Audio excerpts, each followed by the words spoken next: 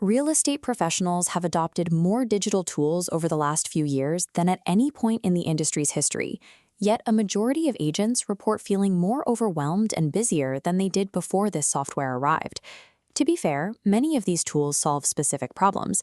Electronic signatures replaced the friction of the fax machine, and showing coordination apps moved endless phone tag into a few taps on a screen. Clients are noticing the difference. Looking at this bar chart from recent survey data, 82% of clients report a highly positive reaction to technology used during their transaction. Where the tools interact with the buyer or seller, they work.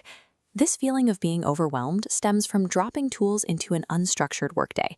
The friction comes from the workflow, even when the individual applications function perfectly. When you use a new app to save 5 minutes draft an email, but that app requires 10 minutes of data entry, error checking, and copying text back into your main database, you have simply relocated work. This specific friction is a known operational disease. It's called tool sprawl.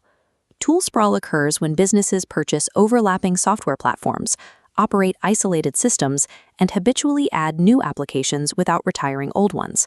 The accumulation of these frictions creates an administrative load more cumbersome than a manual spreadsheet. To fix this, we have to borrow a rule from systems engineering. Every workflow must be completely mapped before a software platform is added to it. That starts by defining the exact measurable outcome you need. Following up with a lead is a vague activity. Creating a finalized contact record in the CRM with a completed note is a specific outcome.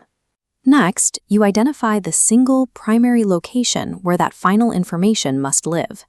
Entering the same data into two different apps is a clear sign of a broken system. Finally, every task needs a specific person assigned to review the output. Machines make errors, and someone must be responsible for catching them before they reach a client. Tasks are ready for automation when they have one starting point, one primary record, and one human reviewer. Audit your tech stack using a 4-quadrant matrix. Keep tools performing one clear job. Fix tools with inconsistent processes. Connect tools needing manual data transfer. Remove those creating extra work. Completing this audit shifts your business model toward efficiency. You stop paying for bloated software subscriptions and invest exclusively in tools that produce measured time savings.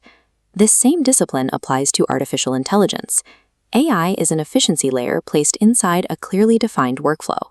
It is not a replacement for a process you never bothered to define. Right now, AI excels at specific, low-risk internal tasks. It can organize rough showing notes, summarize long email threads, and format messy data in seconds. Yet nearly half of agents report that AI has zero impact on their business. Many treat it like a standard app on their phone, throwing it at random tasks throughout the week without any structured review process. Applying AI to a repeatable, documented process creates true operational efficiency. Experimentation without a workflow produces only assisted chaos. There is a strict boundary line between machine capability and licensed professional liability. There are elements of this business that technology must never own. Machines cannot verify factual property details, execute final client communications, interpret legal contracts, or ensure fair housing compliance. Technology may draft and organize information, but the human license holder retains absolute responsibility for every final output. To protect the licensing client, AI-generated content must pass a mandatory compliance sequence. The AI provides the initial draft, a human reviews it, facts are verified, and only then does the professional approve it for release. The agents who report the most consistent productivity gains focus on the integrity of their human-led systems rather than the volume of technology they possess.